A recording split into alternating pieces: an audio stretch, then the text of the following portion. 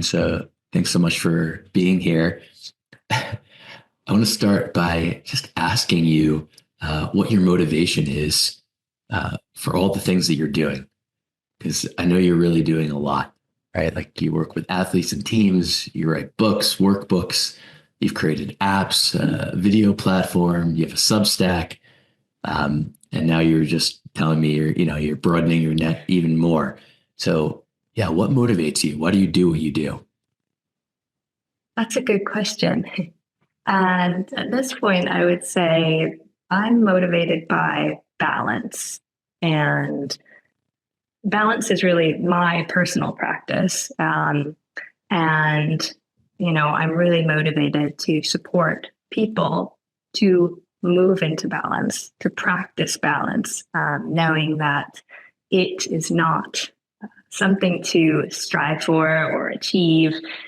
There's no sort of end goal or fixed point. It's really a practice of paying attention and tuning to where you're at and responding in the moment in ways that work for you in context of your real life. Mm. Yeah, I hear what you're saying. It's an interesting journey to be on, right? In a way, it's like striving not to strive, or maybe strive is not the right word. Or there's an intention, right, to grow, but at the same time, what I hear you're saying, and I totally agree, is like growth is not my goal. There's no goal in a way, but there also is a goal, right? Like how do we sort that? Right. Yeah, I think so often it's just actually being where we are facilitates growth. And we live in a world that asks us to be everywhere but here. And so meeting yourself in the moment is not always the easiest endeavor, is it? No, I'm curious. Has it been like a personal learning experience for yourself to shift your perspective? In the past, were you more goal achievement oriented, focused? You wanted to get somewhere, you wanted to achieve something, and maybe you did that, and you realized that's not what it's really about, and now you've kind of developed this perspective that you have now. Sure, absolutely. I would say in the past, I had a very kind of type A, very driven mindset, and overdid it, overpowered myself in so many ways. And it's something that I've kind of practiced unwinding and balancing over the years. And, I think, again, there is no end goal. There's no kind of reaching the destination of, perfect equilibrium. So I continue to really practice kind of finding the balance that feels right throughout the different seasons of my life in all of the different roles I play, as a coach and as a mother and in so many facets of my work and my personal life. I first came to yoga as a collegiate athlete. And at that point, I very much had this, grit your teeth and power through kind of mentality, both as an athlete on the court and in my studies as a student and trying to progress academically. And yoga was really kind of became like the reset button that helped to open my perspective that there are other gears available to us other than just this constant go, make, do, produce, which is really the collective mentality that there's almost like a problem or something wrong with slowing down and letting go of the need to always be on. So yeah, for me, very much kind of unwinding. I think kind of my past conditioning, and also just the day to day culture that we live in that encourages us to do too much is something that you know, I have to kind of recalibrate every day, and I think we all do. Yeah. I'm wondering if, during the day, you notice yourself having thoughts of, I should be doing this, or I have this new goal or this new achievement that it comes up, right? These thoughts come up of different ideas. And what do you do then? Knowing what you know now, when you notice those thoughts arising, do you have a practice of how to meet those thoughts? I mean, when ideas and inspiration arise, yeah, that's something I try to welcome Mm. and also recognize where I'm at in my day, everything else that I have going on, and not allow myself to become too like randomized by all of the possibilities. As things arise for me, often like as a practice, I just write everything down. I fill notebooks and notes in my phone. I anchor things somewhere as they arise. Because also so often you'll get an idea and you'll think you'll remember it later, but it's gone. And so I try to kind of capture things as they come up. And for me, a helpful practice is writing things down. So I have some place to put that and create a little bit more space in my head to stay focused on actually the task at hand. And that kind of helps me to keep a good flow while also, welcoming new ideas and inspiration. Mm.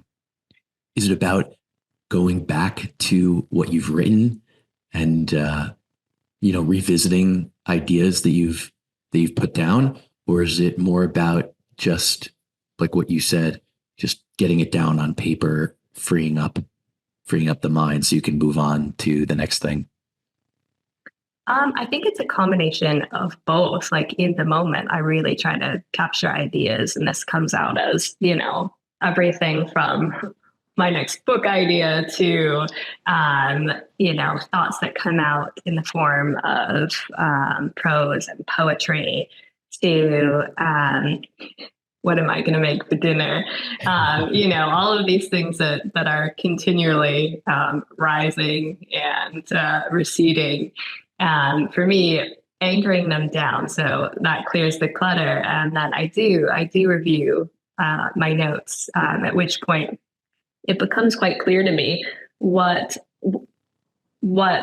I'd like to circle back to and spend time with. And oftentimes, when I review kind of my notes from the day or for the week, I find it so interesting. I'll often find, all these things I've written down that in the moment they felt quite random.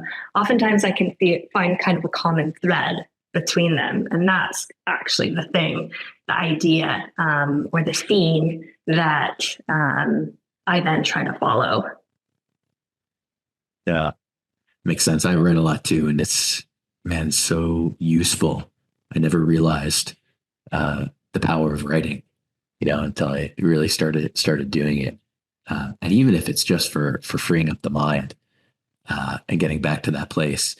And it also maybe, like, do you think it also can solidify the ideas, right? Like having to put the idea into words and kind of craft the message, whatever it is, articulate it.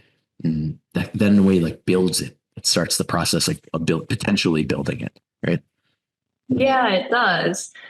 Equally, I try to not put too much. I try to not put any pressure on things that I write down. So some of the things I'll look back and just, what is this? Can't even read my writing. This feels very random because, I think it takes time often for things to take shape and form. I mean, writing it down is a way to start to give ideas some form. But I think it's important in those sort of early stages to take the pressure off to like articulate it perfectly or super clearly. I think too often with writing, you know, we try to almost like get it right on the first time, and there's really no need when you kind of put a little bit more space around whatever is coming out and kind of stay with it. I find that it sort of naturally takes form in its own time, and kind of trusting in that is really a practice in itself, isn't it? Well, yeah, I think you're right. I often give the prompt after meditations, if there's, journaling, just go for quantity over quality, just write, just let it flow. I want to return to this idea of balance because I kind of have a feeling you have a deep insight into this, and balance is something that I feel pretty passionate about too. And the word kind of gets thrown around. Really, like, what does it mean to be in balance? What does it mean to you to be in balance? To me, it feels like really a state of flow. I feel present. I feel aligned. I feel connected. I'm paying attention. I'm not allowing the inertia of the day to kind of drive me forward. Because balance isn't, kind of a destination. It's a practice of really paying attention and responding accordingly. And I feel like so often we do just get swept up in the inertia of the day's happenings, and we just blow right past, how we're really feeling, what we're really needing, both in body and mind. So to me, balance feels like a place of ease when I'm really aligned with how I am and what's important, what's needed. So it's something that I really has become really my most important practice. And there's a couple things I do, most days to kind of keep myself close to that as I move through the day. What are those things?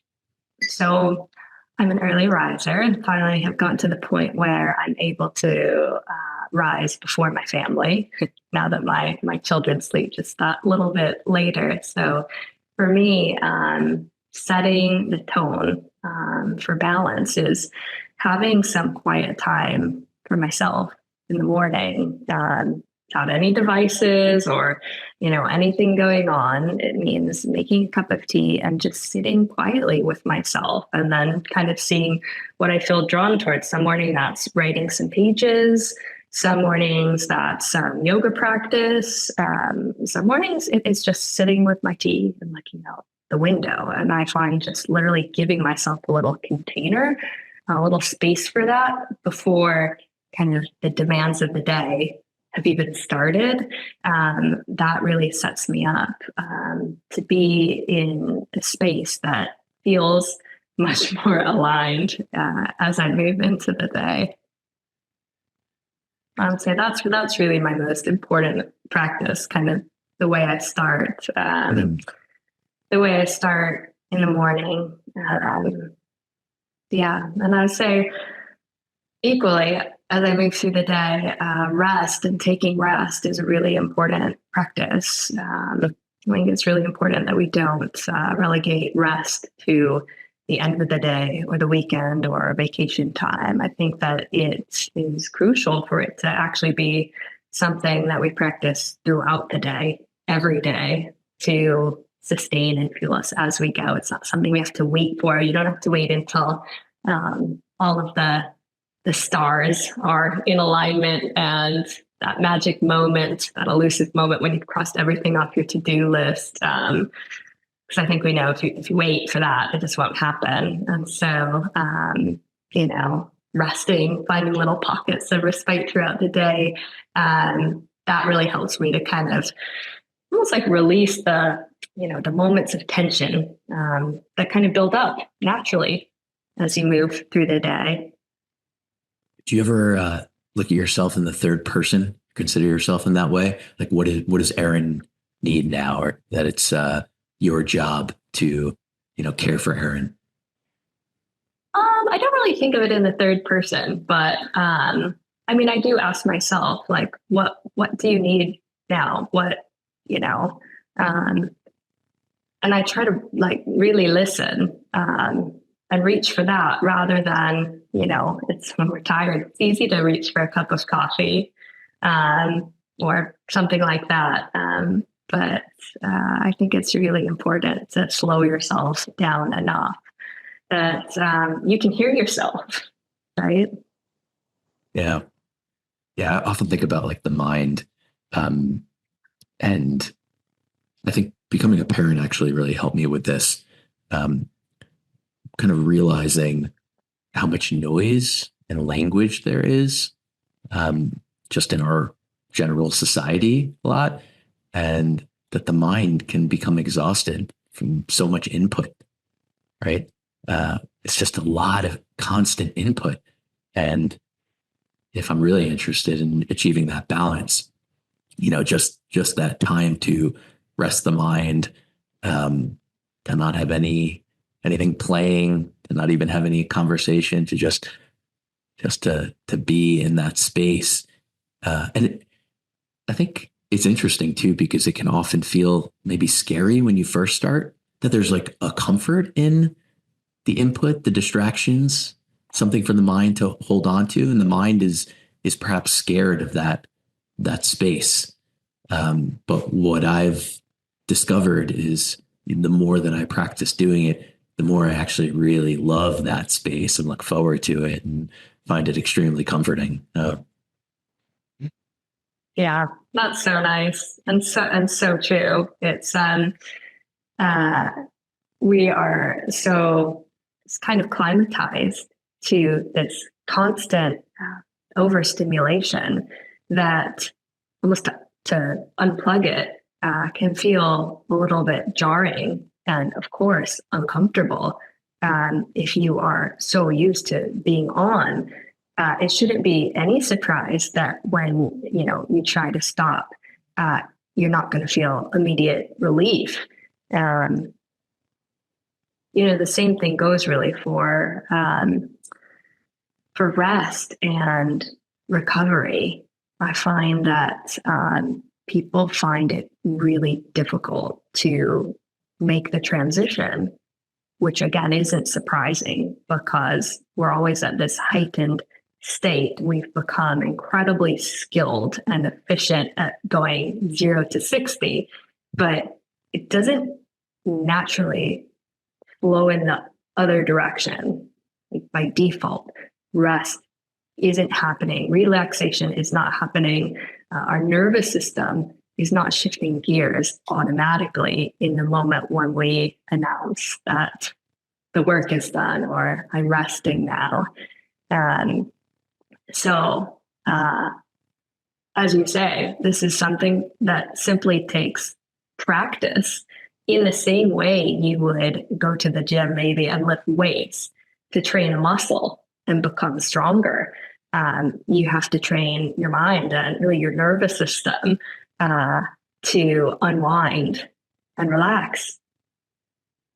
I think it really is the nervous system. Something I've been playing with recently is just the feeling of contentment, right? And that feels extremely connected to the nervous system. Right now, in this moment, I'm content. I don't need anything else, and that's somewhat foreign, right? Like I notice myself becoming more comfortable with that feeling of contentment. And then before I know it, something else arises and there it is, it's gone, which is okay. But it's like, this movement between the states of being. I wanted to ask you the relationship between balance and acceptance, right? Do you find that there's a relationship there? Absolutely. I think we have to accept that there is no perfection. I think the idea of balance can feel really elusive or difficult because when thought of as this sort of constant weighing of one thing against another to sort of achieve this perfect kind of like balance. Well, did I do the even amount of this, and this all day? Balance can feel really difficult when you think of it as this weighing one thing against another and looking for this sort of perfect distribution, perhaps, of your time and activity throughout the day. And I think we have to accept that it's balance asks for a lot more of an ebb and flow. Different days will require different things of us. The balance will shift constantly. And what matters is your acceptance and response to that. So absolutely, I think balance requires a level of acceptance. Yeah. I wonder too, like in regard to my relationship with myself, right? Like, do I feel that I still have something to prove, right? I'm playing this game maybe in my mind of, how good I am, ranking myself. Or another way is I'm already whole and complete, right? Like everything going forward is just a bonus, like there's no weight there, which perhaps creates the feeling of balance. Like everything's cool. I'm good. I don't need to compare myself with anyone else. And I'm very interested from that perspective, if it's really genuine, like what happens next? What happens next after that? I think it is a matter really of listening to yourself from that standpoint. What's important? What's needed next? How will I respond in a way that is in alignment with this sense of contentment and wholeness that I feel? In other words, no need to mess that up for yourself, right? Yeah. I saw on your website, it said, don't do yoga, use yoga. What do you mean by that? So I often talk about practice in this way, about putting practice into context. That's what really this is about. I meet a lot of people who really like the idea of it and they would like to practice more. And for whatever reason, they find it really difficult to kind of practice in any sort of consistent way. And I encourage people to really create context for their practice. So it's not about ticking the box. It's not about just doing yoga. It's not about going to some random class a week so they can tick that off their list. I think that people get a lot more out of consistent 5 minutes a day of practice that really supports them to meet where they are in context of what's happening in your body and in your life, rather than feeling like, it's something you've on your list that you've achieved by going to some class that happens to align with your schedule, if that makes sense. So really using yoga to meet yourself and support yourself where you are. Kind of like more crafting a practice that works for you. Right? Exactly. Really in context of, if your practice doesn't fit in your real life, it won't work. When practice becomes an integrated part of your everyday life, that's really when the magic happens.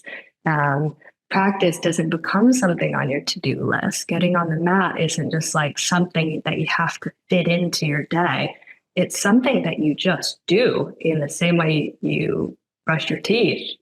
You wouldn't skip that. You'd feel a little bit yucky, right? So it's just, it becomes a more integrated part of your lifestyle. And I think that's where the magic happens. Well, what do you think the obstacle is? I think there are many perceived obstacles. The biggest one being that I don't have time. People think that to do yoga, they have to go to a class. They have to spend an hour. It has to be more formal or fancy in some way. When in reality, it is the smallest gestures that we can make to ourselves in the moment that really, I think, hold the greatest power to restore and sustain us in the moments when we need it the most. So that is taking a 10-minute legs up the wall break to transition from the end of your workday to going to pick up your kid. That is 5 minutes of just a little bit of spinal mobility on the floor in your pajamas in the morning, just to gently move into your body. It is doing a forward fold while you wait for the kettle to boil. There are so many ways that we can do yoga. We can use yoga in our real life in the moments when we really need it. So I think that the idea that I don't have time is like a really big barrier, and then it makes sense. That's valid because we are so busy. But I think really recognizing, how available practice is to us is so exciting and energizing. And I see people light up when they think of it in this way, because they hadn't thought of it in this way. They think, I've got to go to an hour plus class to do yoga. And yoga, it should be accessible. This makes it so much more accessible to all of us. So I think that's the biggest barrier. And what barriers do you see? Yeah, I think you're totally right in regard to time. It's a big thing for meditation.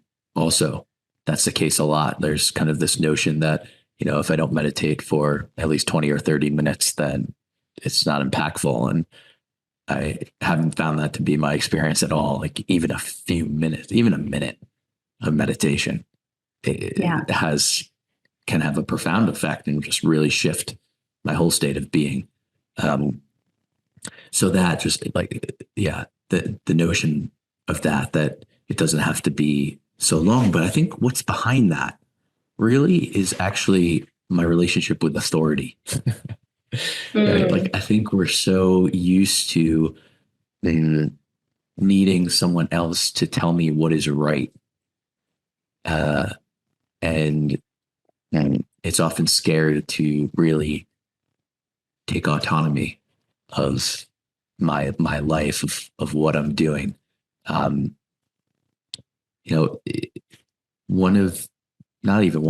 The best thing that came as a result for me becoming a yoga teacher was that it gave me the confidence to just get down on the floor and develop my own personal practice.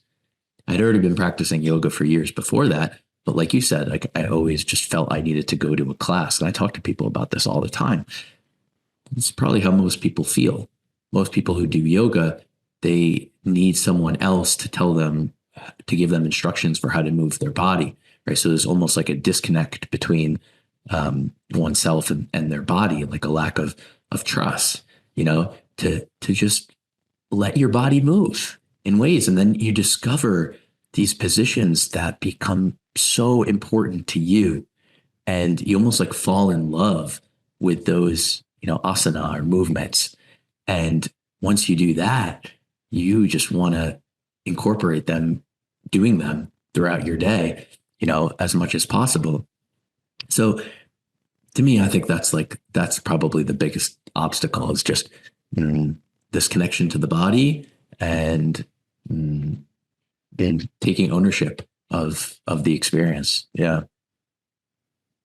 Yeah, definitely. And think it's, I mean, obviously, if you've never practiced yoga before, absolutely seek guidance. And it's so important to connect with, a teacher who resonates with you. That being said, you don't need anyone to like validate Right. your practice.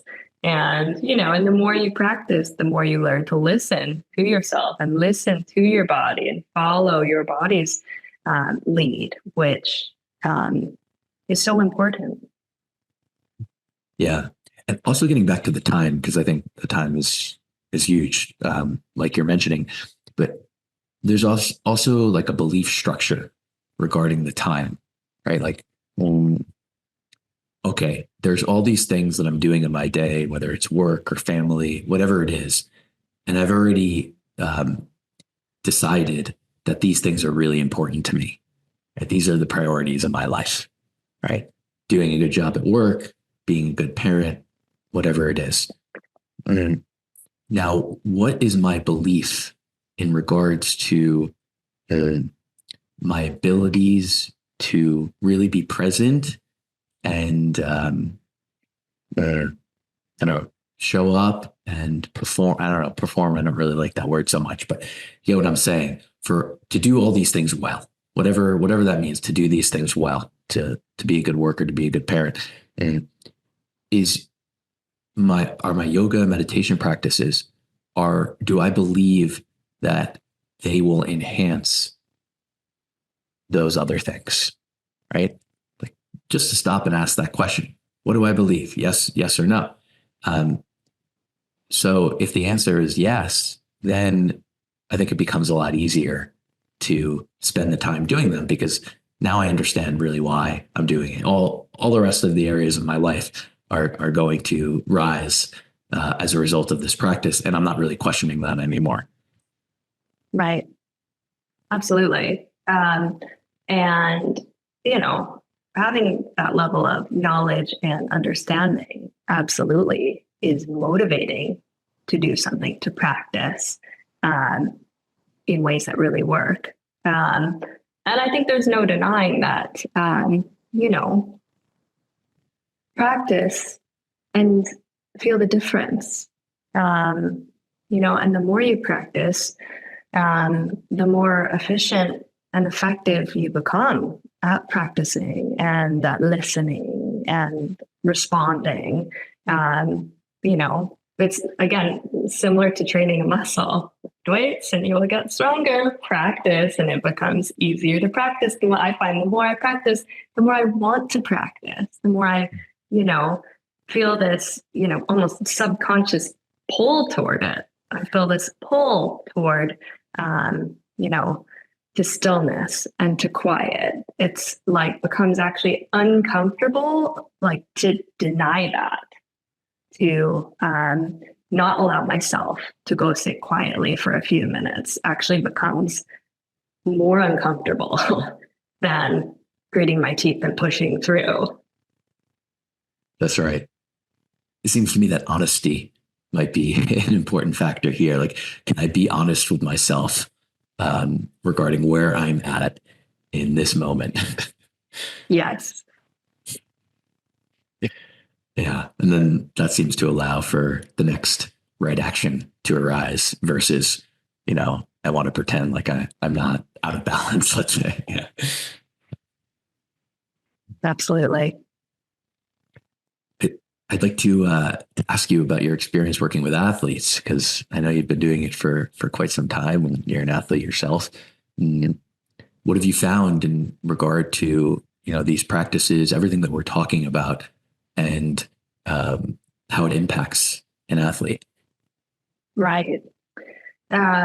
Yeah, I mean, so I've worked with athletes of all kinds for over 20 years. And I mean, I first found yoga as an athlete myself. So kind of very much, especially initially, approached practice from that kind of perspective of how will this help me in my sport?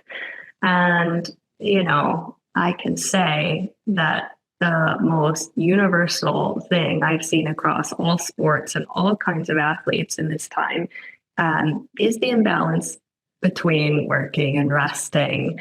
Time and time again, I, will turn up to a class with a very contextual plan about, how to address the very real sports specific imbalances that result from every sport. And so often, nearly always, having to scrap the specifics of that to really just address the need to rest and recover, because athletes go so hard all the time. They do so many different types of training for their sport. But I find that the skill that is not being cultivated is rest and recovery. So a matter of really calming your nervous system, easing lingering tension in all of your systems, restorative stretching that's contextual to your sport. These are things that I've seen athletes really get the best results from in their yoga practice. And again, doing the practice and then feeling the difference, because it's not often that they allow themselves the time to train in that way. It's, I would say initially with most groups and individuals I worked with, initially I meet a lot of resistance because it is not comfortable. It's not familiar. Being still and, moving really in the opposite direction that they're used to. But then, after having some reps and feeling the difference, the benefits are undeniable. And I've seen athletes get really excited about everything from, I feel like I'm breathing better. I feel like I have more endurance simply because I've gained an understanding, awareness, some control of my breathing. I'm sleeping better because I've sort of practices help them to find this, like the switch from effort to ease. So things like this, and putting practice into that sort of context for athletes and really communicating why this is important, connecting the dots, why rest and recovery matters, and in the specific, stretches, asana that we do, really explaining in a more detailed way, how is this going to help you run faster or jump higher or prevent this very common knee injury that happens in your sport. So really connecting those dots, start to build the knowledge and understanding that then motivate practice. Yeah, it's again, I think the work on the level of belief structure. What are my beliefs, and are those beliefs really serving me? Mm-hmm. Yeah. For athletes, I'm considering like this, maybe the tendency or the habit of pushing through for them, right? And perhaps they've achieved so much success from doing that, from pushing through. That's maybe like the general mentality, even right? Like it gets tough in the end of a match or a race, and you got to push through and you got to keep going and you got to, break through to new levels and all of that. And so and that seems valid, right? In a way, like that can lead to victory, or you do find that you had more left in your tank, so to speak, than you thought that you did. And that can be very fulfilling. Like, okay, I thought I was at my end, my breaking point, but I kept going and I had more than I thought that I did. And that's almost like, it can be like a drug, I think, that experience. And so athletes are chasing that, going up to the edge and then breaking through and going to a new edge. And maybe they have a sort of allegiance to that mindset of being tough, and fighting through the pain or whatever it is. And so could that be part of the resistance they feel? And maybe if even someone was able to verbalize that, what would you say to them? Yeah. Yeah, absolutely. The capacities of so many of these athletes are just incredible. Their mental fortitude just, it breaks down barriers, breaks records. It's incredible. The problem being that sports create imbalance. And in the face of imbalance, your body will compensate in all kinds of clever ways to keep you upright and moving forward, often to your own detriment. So this is really like those coping mechanisms really come in handy when you're trying to get through the last 100 meters of the race. However, if you don't address the imbalance created by your actions, eventually something will break. It is just inevitable. And that's how athletes really put themselves at risk for injuries and burnout. Fantastic. We know that you can push through and do what needs doing to really do just remarkable things. However, I think there just needs to be a recognition that once you've done that, it's time to swing it back in the other direction. And that requires skill as well.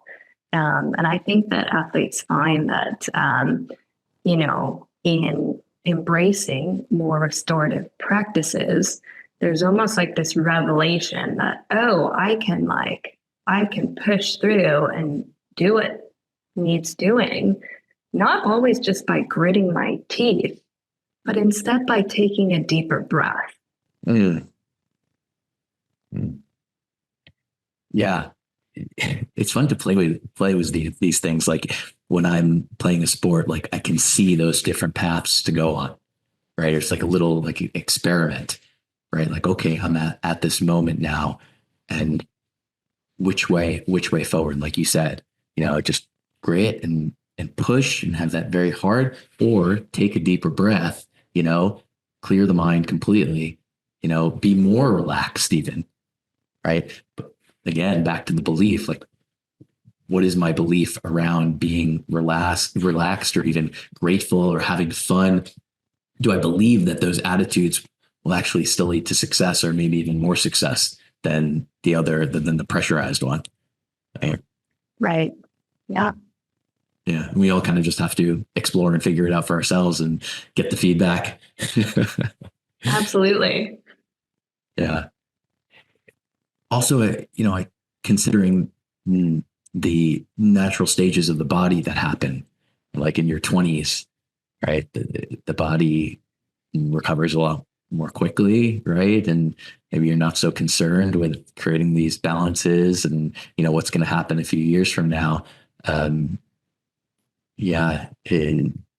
any communication you would give or thoughts that you have on kind of people who are younger and their bodies just feel so capable and they're just doing fine and they don't need any of these things, but at the same time, what they're doing is still going to have an impact on their future health.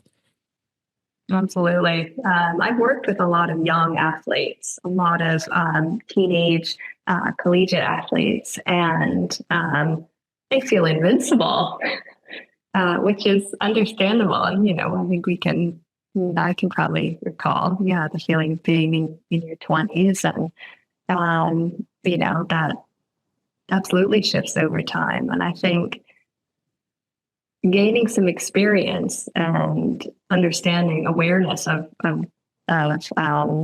this skill set, using yoga to create more balance or restorative practice, gaining some understanding, some foundation in that when you are young is going to set you up for longevity in any endeavor. And even if all the dots might not necessarily connect because you feel like you're Superman or Superwoman when you're younger. Those seeds are there, and having the opportunity to like gain some of that experience and insight, it does matter. I believe it really does. And I've seen lots of young athletes who were the most resistant to this kind of practice. A lot of like American football players and basketball players, like, what is this? But then as they practice, this feels good.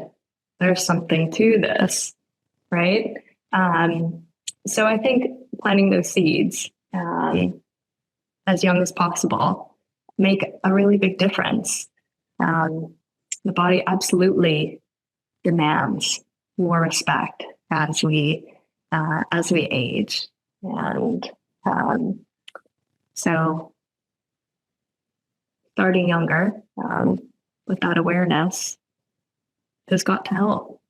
I don't know if you ever watch sports, but something I think about a lot is how they're spending their time during their breaks, right? And I wonder if I'm already actually seeing it change a little bit, like during breaks.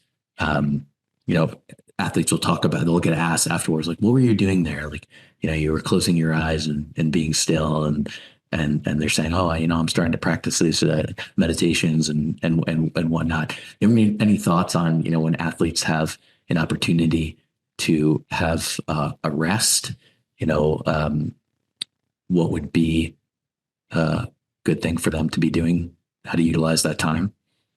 Right. Well, absolutely. It's becoming more sort of mainstream and normal to see. And in like NBA basketball games, you'll see a bit of that, right? Which is great. And I mean, it's great for like young viewers to see that too, to see their heroes practicing in that way on national TV.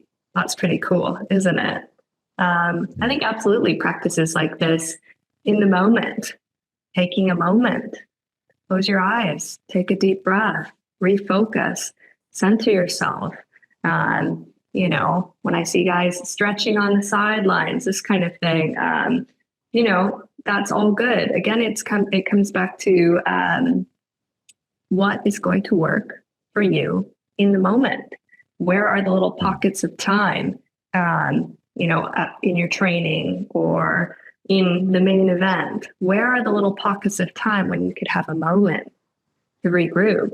Because that moment could be the difference between winning and losing. You ever consider that, generally speaking, people don't know how much better it can be until they experience it, or I don't know how much better it can be until I experience it, right? It's like everything's just fine now, it's great, but I'm not really aware that it can be even better, and it can always be better. I think it's just really important to stay open. And it's not about always striving to become better, staying open to your own growth and to experience different practices and ways of being, because the only certainty really is that we are changing all the time. And I think one of the best ways to respond to that is to stay open. Yeah, that's amazing. That the openness seems to lead in that direction, but it has to be done genuinely. Yeah. I've really enjoyed this conversation, Erin. Thanks so much for taking the time to speak with me. If a listener is interested in getting to know you more, getting to know about your work, I know you just released a new workbook, I believe. What's the best way for someone to follow up or find out more about you? Right. I do have a new book out. It's called Move, Rest, Recover. It's a practical guide to restorative practice, which is available wherever you like to buy your books. My website is erintaylor.works. And I also run a newsletter called Balance Practice, where I send out weekly yoga videos, as well as writings with tools and insights and prompts to help inspire and support balance. So you can find that at erintaylor.substack.com. Yeah. How has the Substack worked out for you? I love it. It's been a great way to connect, and for me, almost to explore the kind of the more creative side of my skill set. Over the years, I should also mention I have a video platform and app called Athletes for Yoga, which really is tailored for the needs of athletes. Over the years, I found that my approach has had a much broader appeal amongst people who kind of resonate with a very kind of practical approach to using yoga to move into balance and to solve problems, solve the imbalances that we all face in life, athlete or not. So Substack has been a place for me to kind of explore the more creative side of my skill set as a writer. So I explore, these themes in more depth there in my writing, and then offer accompanying yoga practices with the intent of creating more entry points. Okay. Well, I really love what you're doing. Thanks again, Erin. Thank you. Thanks. Thanks for listening. If you've enjoyed this content and think others might as well, please feel free to share and subscribe.